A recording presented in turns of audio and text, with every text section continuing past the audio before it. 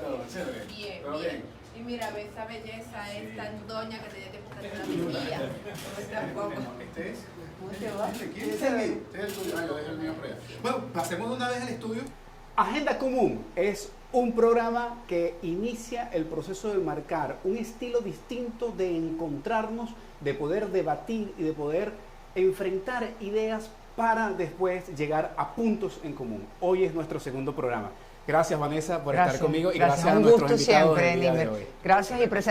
Gracias por estar con nosotros. Indira Urbaneja, analista política, y Rafael Venegas, secretario general de Vanguardia Popular. Y el tema lo ha puesto la agenda política. El tema es el Esequibo, el referéndum, la Corte Internacional de Justicia, es decir, todos los escenarios que tenemos. Y empecemos por allí. ¿Tiene sentido el referéndum, Indira? Usted ha salido a decir que sí, de hecho tiene una franela sobre el Esequibo. Pero esta es mi campaña, yo no estoy siguiendo la campaña de los otros, yo estoy haciendo la mía, que incluso se llama el Esequibo nos une. Pero hay un comando de campaña de todos los que están... No lo sé, hay. yo no me he insertado en ninguno. Entiendo que el PSV, que está a la vanguardia del tema, ha estado convocando algunos movimientos y a otros partidos y a otros simpatizantes, agentes sociales. Sí. Yo lo estoy haciendo por voluntad propia, por un tema de nacionalismo y de patriotismo, porque yo no voy a caer en la trampa de decir que ese referéndum legalmente es el que nos va a devolver el Esequibo. Pero yo sí siento que es una actividad que podría tener un efecto moral, sobre todo para presentarnos frente a la comunidad internacional, de decir, mira, ya va, aquí hay un país que está diciendo, mira, nosotros estamos a favor de defender el territorio. Ahora, que el resultado de ese referéndum o que la convocatoria de ese referéndum lo quieran utilizar algunos sectores para capitalizarlo políticamente o no, esa pregunta yo la voy a dejar en el aire, pero yo sí quiero dejar claro que yo estoy asumiendo la defensa del Esequibo como una venezolana más. No me estoy insertando, de hecho, ni siquiera en la campaña oficial del gobierno ni nada. Lo estoy haciendo por un tema de iniciativa propia. Rafael, ¿es un trapo rojo el referéndum? Además, permíteme complementar, adelante. Vanessa, ustedes como Vanguardia Popular han sacado un comunicado que ha puesto unos puntos sobre las IES bien importantes y que creo que es uno de los primeros que como organización política asumen una postura ante este referéndum convocado por el gobierno el 3 de diciembre. ¿Están apoyando ustedes el referéndum? El referéndum no. Nosotros hemos dicho que el referéndum es una jugada electoral. Que en el referéndum no se está debatiendo el asunto de fondo, que es la defensa de la soberanía nacional, sino que forma parte de un ajedrez político que desde Miraflores se ha desarrollado, se está desarrollando para tratar de revertir una tendencia que parece irreversible y que todas las encuestas confirman de que de cara a las elecciones presidenciales de 2024 pareciera que ni Maduro ni ningún otro candidato del oficialismo estaría en condiciones de revertir unas tendencias contundentes que marcan que el 85% de los venezolanos está descontento y quiere cambio. Pensamos además que envuelve situaciones muy peligrosas y engaña. Por ejemplo, someter a consulta la idea del rechazo a la Corte Internacional de Justicia es un engaño a la gente, porque ya estamos bajo la jurisdicción de la Corte Internacional de Justicia por iniciativa de Guyana, con la intervención del secretario general de la ONU, que es la instancia de alzada, y con la admisión formal y por escrito de los abogados venezolanos. Indira, ¿se está engañando, como lo dice Rafael? Mira, es lo que decía en mi intervención anterior, es posible que esto lo quieran llevar y le quieran dar un espacio o una conjugación política. Lo que yo sí creo es que estamos en un callejón sin salida, porque es como que me pongas a escoger entre no defender y sí defender. Yo te digo, incluso en algún momento hasta pensé en decir, bueno, en vez de las 5 preguntas, apoyar las 5 preguntas, voy a apoyar 3 o voy a apoyar las 2 que yo... Como han dicho algunos dirigentes. Pero después que yo escuché las declaraciones de la canciller de Guyana, diciendo que había que hacer una campaña para que entonces los venezolanos no votaran por la pregunta 3 y la pregunta 5. Dije, bueno, está bien, pero ¿quién es esta señora para entonces decirnos a nosotros por cuál o no pregunta podemos votar? Yo sí creo que hay un tema de patriotismo que nos trastoca a quienes de verdad sentimos el país. Y entramos... Por eso usted ha hablado de una trampa. Cuando tienes sentimientos encontrados, quieres a alguien pero no lo quieres, lo quiero pero no de esa forma. Yo creo que eso es lo que está pasando con el tema del... Pero también puedes decidir que es un amor tóxico y te alejas de él. O puedo decir que es un amor tóxico y sigo, porque tú sabes, sobre todo las mujeres, cuántas veces no hemos visto en situaciones y en relaciones. Ajá, es un amor tóxico, Rafael. No. Pero lo que pasa es que Rafael decidió cortar con el amor tóxico y yo decidí seguir ahí. No, todo lo contrario. Al contrario, querida, porque creo que no se trata de un amor tóxico. Creo que el amor a la patria es auténtico. Creo que es auténtico, creo que tenemos compromiso nacional, creo que tenemos conciencia de la importancia de defender la soberanía, pero creo que no está en discusión el tema de la soberanía y que ese tema de la soberanía y del patriotismo pudiera convertirse en una suerte de manipulación maniquea. Si votas conmigo, amas Correcto. la patria, si votas en contra, no la amas. No. Por cierto que ¿Vas yo o no vas a votar? ¿Eres o no eres traidor a la Por patria? ejemplo, Les pregunto, por ejemplo. ¿para ti el que no va a votar el 3 de diciembre es traidor a la patria? Igual para Rafael. No, yo creo que el que no vote simplemente le está ratificando, porque hay agendas. Así como queremos plantear o decir que puede ser que el gobierno o el PSUV tiene su agenda, también hay un sector de la oposición que tiene una agenda. Sobre el Esequibo.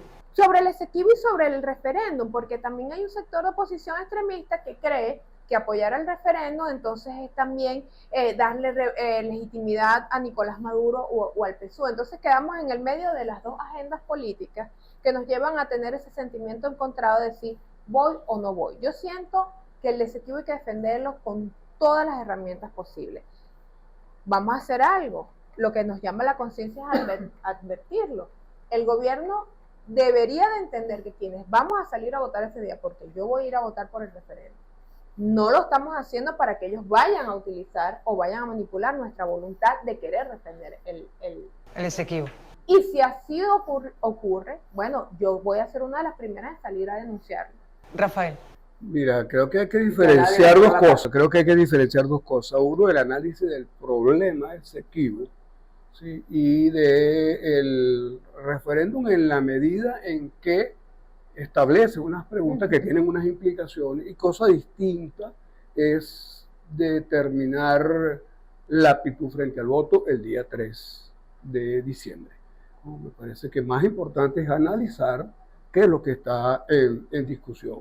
Y lo que está en discusión, de verdad, querida Indira, queridos periodistas, es que frente al tema del Esequibo se ha tenido una conducta absolutamente negligente, se ha tenido una conducta decidiosa, se ha tenido una conducta que no está en sintonía. ¿Te refieres a las acciones concretas del gobierno en los últimos años e incluso antes del mismo Chávez? Acciones, Okay. las acciones y las omisiones que a lo largo de todos estos años nos colocaron en una situación, le dieron tremenda ventaja a la diplomacia guyanesa, que es decir, a la diplomacia inglesa y norteamericana, ¿sí? Y nos colocaron a nosotros en una situación bastante incómoda, bastante difícil. Por ejemplo, el Acuerdo de Ginebra. El Acuerdo de Ginebra, más allá de sus contenidos, interesa rescatar el espíritu que él encierra. La búsqueda de una solución práctica, claro, un acuerdo práctico que satisfaga a ambas partes, que sea el resultado de conversaciones bilaterales y que eviten la intervención de terceros. Ahora Rafael, Indira dice que va a votar. ¿Usted va a votar? Todavía no lo hemos determinado, porque creo, y en esto también voy a hacer un matiz, fíjate que yo no veo ninguna corriente, ni radical ni no radical, haciendo campaña por el no. No lo veo. No, y menos por decir que el Esequibo no es de Venezuela, ¿no? Flores están rezando para que se constituya un bloque por el no. Yo creo que sería un porque error. constituir un bloque por el no va a permitir poner las cosas en en blanco y ese negro, plano en esa maniqueo, perspectiva. ajá, aquí estamos los que defendemos el Esequibo, ahí están Mira, los que están dispuestos a entregar Yo quiero ir la incluso soberanía. un poquito más allá, porque fíjate algo, es un tema país, es un tema que nos atañe a todos, a rojos, azules, morados e intermedios. A mí me da tristeza que, bueno, yo no milito en el PSUV, yo no sé si el PSUV me ve como una opositora, pero ciertamente yo no milito allí. A mí me da tristeza que los que no militamos en el PSUV, para decir los que somos opositores o no somos opositores, no tengamos la fuerza para organizarnos y entonces haber presentado una contrapropuesta de preguntas, que yo creo que era en todo caso lo que tenía que haber sucedido. Porque si estamos decidiendo, es como que tú y yo somos pareja y vamos a decidir sobre nuestra casa. O sea, lo que se va a decidir en esa casa no puede ser nada más. Usted mantendría el referéndum de cualquier manera, pero con otras preguntas. Pero incluso si la estrategia es que el referéndum se convierta en una lucha del espíritu nacional del país, yo creo que se tuvo que haber abierto incluso un periodo para evaluar las preguntas. Pero el gobierno fue el que no lo hizo, porque el gobierno elaboró las preguntas, las presentó Tomó y la las aprobó iniciativa. sin consultar prácticamente. Más Iniciativa. Express. No, yo le hubiese agregado, ¿Qué le hubiese agregado? La consulta y la posibilidad de que otros sectores del país hubiésemos de repente hecho una contrapropuesta. ¿El problema es el referéndum o es la consulta o son las preguntas? No, yo creo que En su opinión, Rafael. lo de las preguntas es muy delicado porque me detuve brevemente en el tema de la pregunta 3 relativo a la Corte Internacional de Justicia y mira las implicaciones que tiene. Nosotros vamos en la campaña por el sí, eventualmente, coloquémonos un momento en esa hipótesis, aprobamos masivamente la pregunta 3, el sí. ¿Qué implicaciones tiene? Tiene la implicación de que Venezuela puede no acudir a la Corte Internacional de Justicia, donde ya, insisto, estamos. De hecho, se pidió una postergación de fecha y por eso se concedió. Es incapable que estamos allí y los términos del proceso indican que si una de las partes no se presenta, ello no impide Que se tome una decisión. adelante. Claro, es como cuando no Y te lo presentas. coherente, querida mía, lo coherente y lo consecuente con esa Que no abandonemos pregunta el es que si lo aprobamos, no deberíamos ir. Nos estamos aprobando Algo que no se va a poder cumplir. una mayor indefensión en el único espacio que jurídicamente está planteado en este momento. Porque de alguna manera, digamos, el Acuerdo de Ginebra ha sido superado, aunque esto que estamos viendo forma parte del Acuerdo de Ginebra. O sea, una vez que alguna de las partes considera agotado el esquema bilateral, la instancia de alzar al secretario general. El secretario general dio el consentimiento a la posición de Guyana, convocaron a la parte venezolana y nuestros abogados, hay que decirlo, lo admitieron y está por escrito, firmado Ahora, por ellos. Rafael Indira, Esa es la instancia donde vamos. tanto el ex candidato a la primaria Caleca como Enrique Capriles Rodonsky han señalado que van a participar, pero que no van a votar no por en la respuesta número 3 y en la pregunta número 5. Eso quiere decir que ante ello pareciera, como dice Indira, que se va a constituir un comando de campaña por el no, por lo menos para 2 preguntas. Ahora, ¿eso es estar en contra de la patria, Indira? No, Rafael. yo no creo en un tema de que tenemos que llegar al extremo, bueno, eres el traidor. Lo que yo sí creo es que, repito, me genera ese sentimiento encontrado de que yo, por ejemplo, hasta por un tema de rebeldía, yo voy a ir a votar por la pregunta 3 y 5 nada más porque yo no puedo permitir que la canciller de Guyana me dicte a mí qué es y qué no es. Usted va a votar por el sí en Yo esas voy a preguntas votar por también. el sí en las 5 preguntas. Y es un cheque en blanco que le estamos dando al gobierno, es un cheque en blanco que le estamos dando. Yo asumo la responsabilidad, pero ellos tienen que entender que así como estamos acudiendo, por lo menos en mi caso, a darle ese cheque en blanco, a darle ese voto de confianza, ellos mañana utilizan ese voto de confianza que le estamos dando para sus intereses políticos. ¿Y dudas que eso no va a pasar? Yo le voy a dar el beneficio de la duda, pero de ocurrir, créeme que así como ha sido una voz crítica y para nada temerosa para criticar a la oposición en sus muy malos errores, seré una voz muy crítica para entonces también señalar que el gobierno nos utilizó con fin. Rafael, ¿es traidor a la patria el que no participe o el que cuestione las preguntas, el que llame a votar por el no, por alguna? sería vale la pena un cheque en blanco parte del maniqueísmo y de una actitud de chantaje que creo que es inaceptable.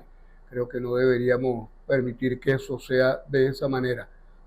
Pero de cualquier forma, me parece que en la medida, y esa es la premisa en la que nosotros partimos, de que entendemos el referéndum como una jugada electoral y no como una defensa genuina, auténtica de la soberanía nacional, no tenemos la menor duda que no solo que se va a utilizar, sino que se está utilizando desde ya el tema exequivo como un mecanismo demagógico, como un mecanismo engañoso y como un mecanismo maniqueo para meternos a todos en el mismo redil, ¿no?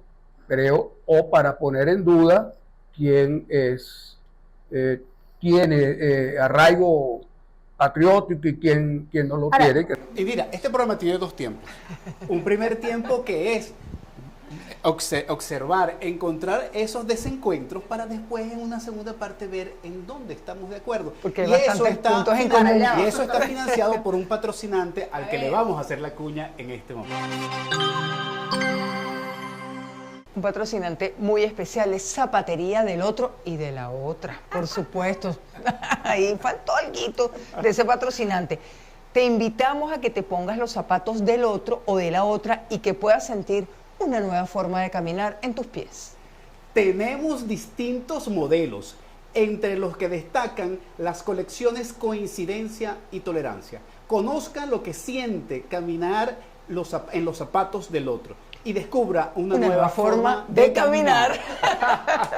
Entonces ahora vamos a ponernos en los zapatos del otro. El zapato del otro, qué importante es ponerse el zapato del otro. Yo me pongo en la aunque no Rafael. nos calce. Sí, pero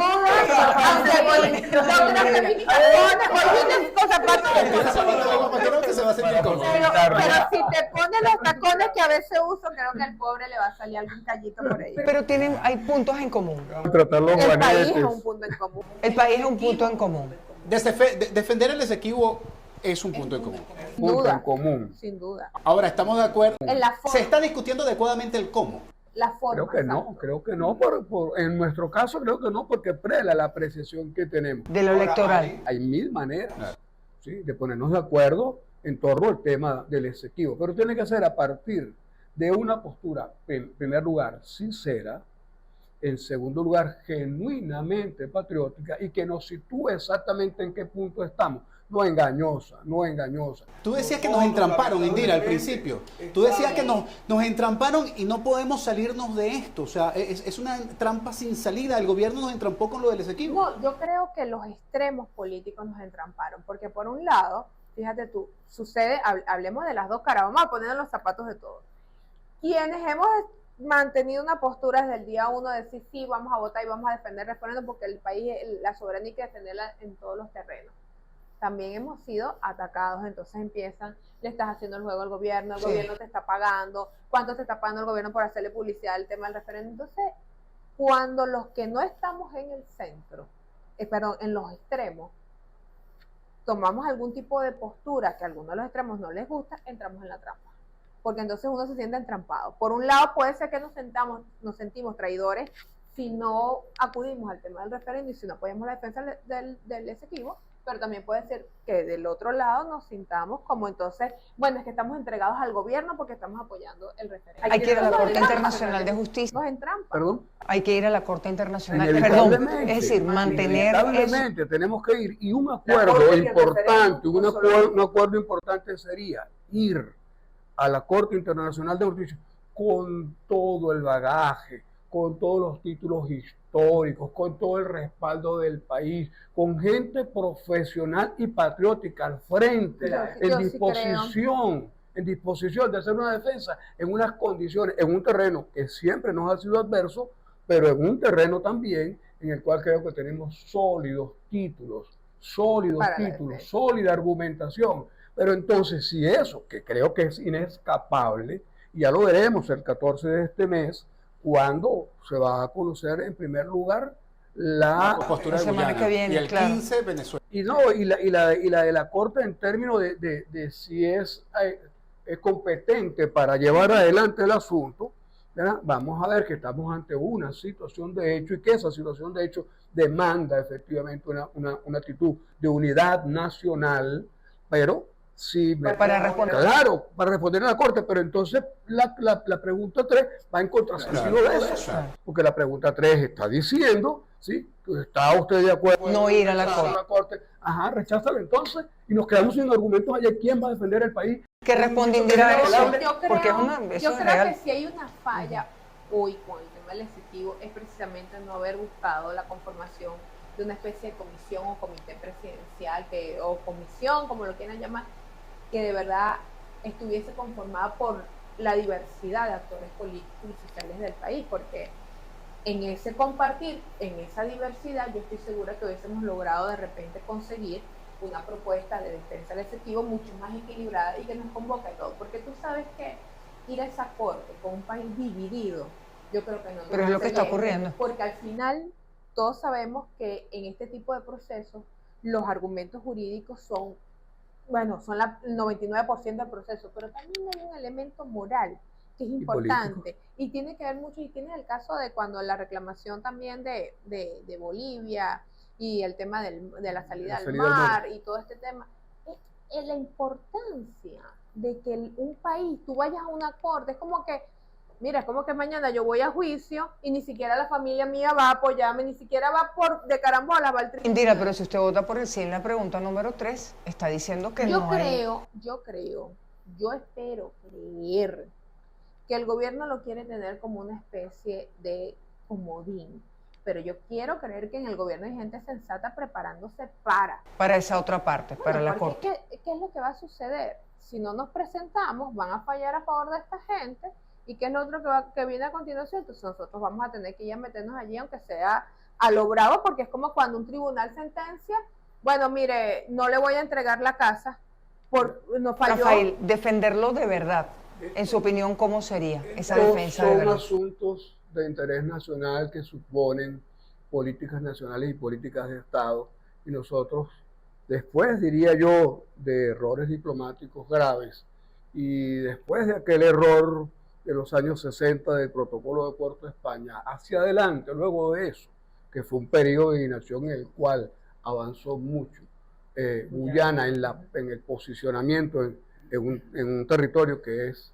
legítimamente venezolano, inexorablemente venezolano, incuestionablemente venezolano. Después de aquello, nosotros fuimos construyendo una tradición de política de unidad nacional, de respeto, de Estado. Se conformó la Comisión Asesora de Relaciones Exteriores, se convocó allí al país. La tenemos en este momento. País. No, eso lamentablemente fue abandonado para ponerlo en manos, me parece a mí, de gente inexperta, de gente malamente asesorada, ¿sí? Para colocarlo detrás de una estrategia geopolítica que no resultó exitosa, y la consecuencia de eso es que hemos andado entre errores y omisiones, perdiendo esta batalla. La defensa del territorio de lo que ahora se desea denominar Estado de la Guayana Esequiba no está contemplada en el artículo 10 de la Constitución. Definitivamente. Por ello, la gente no votó en el año 1999 por darse una constitución en donde en ese artículo se incluía el hecho de la defensa de todo el territorio, incluso de aquellos territorios en el marco de aquellas problematizaciones o cuestionamientos de laudos que estaban llenos de vicios, tal como lo dice el articulado, que prevé exactamente la situación de Guayana. Entonces, ¿por qué al final tener que volver a consultar un tema que ya fue consultado? Yo sí creo que el referéndum es un acto moral, y lo he dicho incluso en mis redes. Para mí tiene un efecto más moral, de convocatoria, de tratar de presentar un país unido en torno a, que el efecto legal, porque al final sabemos que igual lo que se decide aquí no va a tener una incidencia directa tampoco en la Corte. Podría tener un efecto si una votación masiva, importante, interesante, y como un elemento moral, no como un elemento jurídico, porque nosotros yo creo que algo sabemos aquí de derecho y sabemos cómo se deciden las cosas, pero siempre es bueno en este tipo de casos tener un respaldo moral. Y yo creo más, yo no creo nada más que en el referendo. Yo creo que aquí había que convocar una marcha de 10 millones de venezolanos saliendo a defender el Esequibo. Yo creo que eso es un efecto moral importante, visual, además, decirle al mundo, mira, aquí están todos los venezolanos, rojos, azules, intermedios, chavistas, no chavistas, de izquierda y de derecha, defendiendo el territorio. Rafael, ¿usted ve el riesgo de una guerra? Es decir, que esto sea como una escalada que nos lleve a una situación como Malvinas, por ejemplo, ¿o no? Para pensar que no, pero la pregunta 5 nos plantea ese riesgo. La pregunta 5. Por la creación de... Habla de la creación del Estado de la Guayana Esequiba, y yo pregunto, ¿cómo se materializa? Haciendo un ejercicio de sedulación y a una población, a un territorio que tiene población. Gobernador provisional, tú tienes que crear una sede de gobierno para ese Estado, tú tienes que generar un presupuesto, tienes que instalar las oficinas de seguridad. Y otra cosa importante, Rafael, Indira, es que además dentro de esta discusión no se menciona ni se toma en cuenta a la población que ya está en ese territorio. O sea, ahí hay 125 o 175 mil personas, que por cierto fue una estrategia de poblamiento de ese territorio por parte de Guyana. Ajá, pero Inglaterra, impartación de mano de obra esclava. Nosotros estamos pagando el precio de una política de brazos caídos. O sea, yo creo que lo que sí hubo durante todo este tiempo fue eso, una política de brazos caídos. Negligencia de no entrarle. Además, ¿Guerra? ¿Ves el riesgo, Indira? Bueno, es que la defensa del territorio por todos los medios incluye incluso el tema bélico-militar. Yo escribí un artículo hace 2 años donde yo decía, miren, hace 2 años, lo primero que tenemos que hacer para replantearnos la reconquista del Esequibo es empezar incluso a atender el oriente del país, porque es la zona más próxima al Esequibo y nosotros sabemos cuáles son las condiciones país. Sí. Entonces nosotros necesitamos más bien darle mucho auge y mucho desarrollo económico, socioeconómico al oriente, y de ahí entonces empezar a traspolar eso al Esequibo. Eso fue hace 2 años. El problema es que, así como defiendo hoy el tema de ir a votar porque voy a votar, incluso no importa si en este caso me dicen, pero estás haciendo un acto fuera de la razón. Bueno, sí, yo creo que el efecto, el sentimiento, sí, es como cuando tú dices, bueno, el sentimiento me nubló y estoy siendo totalmente emotiva y emocional, no estoy pensando, ok. Pero fíjate algo, también hay que reconocer el error hay que reconocer, no, si hay una desatención en el país, imagínate tú en el resto del país, ¿cómo le damos atención al tema del Esequibo? ¿Por qué no se planteó esto como una política de Estado hace tiempo? ¿Por qué ahora cuando ya estamos con el agua al cuello? Pero les vuelvo a decir, mis 3 amigos, porque además, miren, podemos tener diferencias en la forma, pero no en el fondo.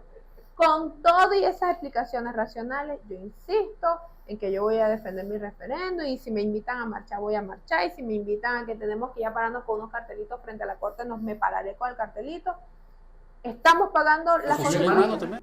No, yo no soy mentirosa ni hipócrita. A mí no me convoquen para defender. No, invítenme para irle a hacer la comida a los soldados, porque pero yo soy miedosísima con este tema de las armas, entonces yo no me voy a caer mentira. Rafael, ¿y usted agarraría un fusil para irse al Esequibo? Pero que eso no está planteado, pero les podía cocinar, yo cocino árabe muy bien, por cierto, entonces les puedo hacer comida árabe, lo que quiera, pero esa hipocresía, yo nunca he estado en favor de la doble moral, de eso, yo me voy a ir y dame el fusil. No, señora, ahí hay una fuerza armada y hay unos generales que están bien gordos que deberían de irse para allá. Que se fueron a trotar en estos días, por cierto. ¿Cómo salimos de la trampa, Rafael? ¿Cómo salimos de ese esquema maniqueo que usted mismo ha denunciado? Yo creo que para salir de la trampa hay que adoptar una posición sincera frente al asunto. ¿Quién debe ser sincero? En primer lugar, los que tienen la rienda del Estado. En primer lugar, pero en general en todo el país frente a eso, y concertar, no en la calle, no frente a los micrófonos, no el 3 en el acto de votación, sino en la mesa de conversación, concertar una política y una estrategia común, una política nacional común de todo el mundo frente a la realidad en el punto en que están las cosas. Y el punto en que están las cosas es las conversaciones bilaterales se agotaron, lamentablemente en favor de la estrategia de Guyana. Tiene el visto bueno de la Secretaría General de la ONU, ¿sí?, que ha avalado el mecanismo. Lamentablemente nuestros defensores no lo fueron tanto y admitieron la jurisdicción de la Corte, entonces nosotros tenemos que prepararnos para ir a la Corte, insisto, con toda nuestra argumentación, con todos nuestros títulos, con toda nuestra historia y con todo nuestro sentimiento patriótico, a asistir cuando nos toque a hacer y suspender el referéndum o mantenerlo y que cada quien vote. No, que debería suspenderse, porque me parece que es irresponsable, que es peligroso, que es contradictorio y que tiene implicaciones, como no solamente esto, acabamos de hablar del asunto de la creación del Estado de Guayana Esequiba. Veámoslo desde el punto de vista práctico, las implicaciones que eso tiene. La pregunta número 1 que habla de la defensa por todos los medios se cuida de decir que todos los medios atenidos al derecho internacional, de tal suerte que eso todos los medios no estén implicando en principio la confrontación, la guerra, porque sería contrario al derecho internacional que plantea la búsqueda de soluciones pacíficas, negociadas, etcétera. Y debemos aferrarnos a ese espíritu.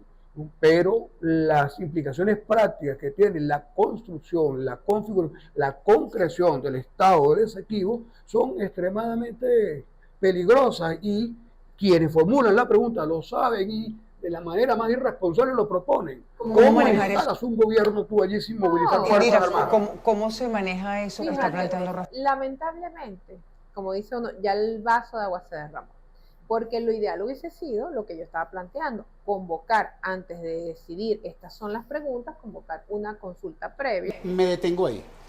Podemos decir que en este ejercicio de agenda común estamos de acuerdo en que hubo una ausencia, o mejor dicho, se debió generar una mejor defensa de manera sistemática y paulatina durante estos últimos años, especialmente en estos últimos tiempos, para ante las instancias internacionales poder lograr efectivamente evitar tener que someter a la población al riesgo de una posibilidad bélica. Totalmente de acuerdo. Perdón, Indira. Sería un punto. Sí, no, y yo creo que, bueno, lamentablemente que yo creo que esto puede ser un punto de coincidencia, que el problema no es el referéndum, sino que de repente tuvimos que haber, antes de lanzar esas preguntas, de repente haber buscado un consenso mayor a través de unas preguntas un poco más incluyentes, o que por lo menos tuvieran la visión y la inclusión de otras opiniones. Yo creo que eso debió de hacerse. Lamentablemente no se hizo, y eso hoy genera ciertas resistencias con el tema del referéndum. ¿Estás de acuerdo también con eso, Rafael? Que en el momento de la posibilidad, en el escenario de la elaboración de un referéndum, haber elaborado las preguntas de manera conjunta, como dice Indira, con un equipo mucho más amplio, hubiese quizás alivianado o permitido tener mayor legitimidad en la convocatoria de ese referéndum? Pensarlas mejor, analizarlas mejor, consultarlas mejor, todo eso. Pero eso supone estar de acuerdo con la convocatoria del referéndum. A nosotros nos parece que es innecesario la convocatoria del referéndum, que es innecesario, empezando por lo que tú señalaste. La Constitución que está vigente fue votada 2 veces, fue votada en el momento del referéndum y fue votada cuando se propuso la reforma constitucional que no funcionó, ¿verdad? que no fue aprobada. Tiene un respaldo amplio. Creo que hay un gran consenso nacional en torno a una constitución que ya fue sometida a referéndum. Esa constitución plantea el deber del Estado de defensa de la soberanía, plantea los alcances del territorio venezolano, plantea los alcances de esa noción de soberanía. En fin, creo que todo está allí y que se trata de, apegado a la Constitución y cumpliendo el mandato de la Constitución, llevar adelante la defensa. Se han podido hacer en el ínterin de este proceso 1000 manifestaciones para evidenciar el respaldo del país a eso, pero la iniciativa ha debido partir del soporte constitucional y de nuestros títulos históricos. Hemos debido partir de eso. Disculpen, para cerrar este punto del referéndum, que me parece inoficioso, que plantea contradicciones con la contradicción con esto, y significa un derroche innecesario de dinero en un país arruinado, que esos dineros que se gastaron o se van a gastar allí perfectamente deberían darse para recuperar hospitales, escuelas, para mejorar el salario de los trabajadores, de los maestros, ¿sí? que tienen salarios miserables, en fin. Lo que no podemos recuperar es la ausencia de tiempo que tenemos para seguir discutiendo este tema que sin duda alguna... Bueno, pero este espacio va a mantenerse y gracias a ustedes. Tuvo un esfuerzo de intercambio de los zapatos. Importantísimo, especialmente porque no trajo tacones, porque si no hubiese estado más incómodo. Bueno, muchísimas gracias a ustedes por compartirnos con nosotros, a nuestros invitados. Y Vanessa, siempre un orgullo estar compartiendo este espacio contigo. Vamos a la parte reflexiva de cierre, Nigmer, en nuestra agenda común. Y uno de los elementos que veo, en los que evidentemente no hay acuerdo ni consenso entre Indira Urbaneja y Rafael Venegas, es el referéndum en sí. Por una parte, Rafael lo considera inoficioso, innecesario, porque ese no debería ser el mecanismo de defensa del Esequibo, en su opinión. En cambio, Indira lo defiende porque lo ve como una acción que va a poner en evidencia ante la comunidad internacional que hay un país, no sabemos si unido, en torno a la defensa del Esequibo sí, pero no sabemos si unido en la estrategia oficial. Pero la agenda común se impone y sí hay elementos comunes entre el análisis de Indira y de Rafael. Uno de ellos es el precedente. El hecho de que indiferentemente del referéndum, si se está de acuerdo o no, lo que sí reconocen las dos partes es el fallo que ha habido en la posibilidad de generar una política asertiva, correcta, diáfana, apegada a la necesidad del requerimiento no solamente de la Constitución del 99, sino del sentimiento nacional en relación a la defensa de un territorio que es venezolano. Además, también han reconocido las dos partes que no existe en Venezuela prácticamente nadie, por no decir que nadie, que no asuma que el territorio Esequibo es venezolano. Ahora, quizás las diatribas están exactamente en las formas y en el momento histórico en el cual se asume llevar a cabo un referéndum de este tipo. E incluso Rafael, a pesar de que no está de acuerdo con el referéndum, con la aplicación del referéndum, pues abre la posibilidad de estar de acuerdo con Indira en que incluso las preguntas pudieron haberse formulado de mejor manera. Ahora, obviamente hay un temor al conflicto, a lo que pudiera ocurrir después del referéndum, los pasos siguientes, y ese es otro punto en común de la agenda, evidentemente, tanto de Rafael como de Indira.